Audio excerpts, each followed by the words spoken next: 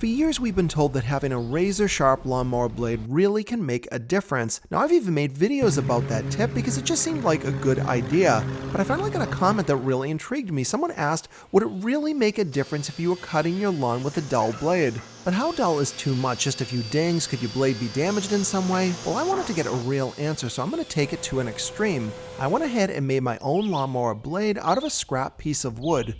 The edges of this piece of wood have no bevel, no angle at all. And remember, please do not try to recreate anything I show you in this video. It's very dangerous. This blade could literally explode and you could die. But fortunately I didn't, so I was able to conduct additional experiments, ruining perfectly good knives, to confirm why exactly this lawnmower blade had the results that it did. This scrap of wood is just that. It was a leftover piece of garbage. To use it in the mower, I drilled one center hole, along with these two other keyholes so that it would fit into the Milwaukee mower. With it installed in the mower, it's time to simply mow the lawn.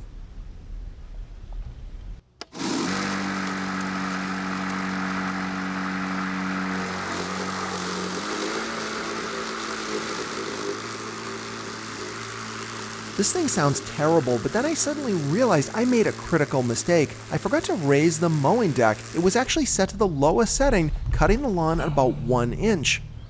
Then I realized this was actually a good thing. It really would stress out the blade and do the lowest cut possible, so the fact this blade didn't simply explode is a miracle in itself, but even further, the lawn is cleanly cut.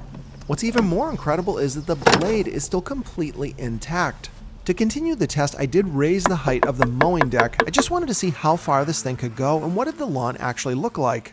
Keep in mind, I'm essentially mowing this lawn with a cut 2x4. The lawn looks great. The bagger even has some grass in it, which is pretty remarkable since normally those metal blades have curved edges. That gives more lift to drive that grass into the bag. But I needed to understand, why was this even working? Here I've got one of my favorite pocket knives. This thing is dirt cheap, but it is pretty much indestructible. As you can see, even with a lot of use, it cleanly slices through this piece of paper. Grab my grinder, and I'm going to completely ruin this edge.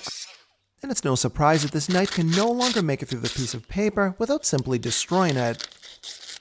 But then something magical happens. It's the same knife and the same paper, but I increase the speed of my cutting.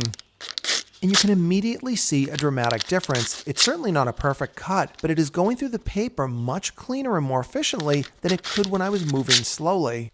The sharpness of a cutting tool isn't the only thing that matters. The weight of the instrument and the speed can make a huge difference. Take an axe with a very dull blade. This thing can certainly chip away at a tree, but when you increase the speed and the force of this dull blade, it will instantly go into the tree. Having a razor-sharp blade is critical when you're moving extremely slowly. If you've ever tried using a dull razor, you certainly know what I mean. Here we've got a brand new lawnmower blade, and as you can see, this edge isn't sharp at all. In fact, it's got a type of heavy paint that I can remove with my grinder. But once you use this once or twice, it's going to get rusty and dull without even having any damage to the blade.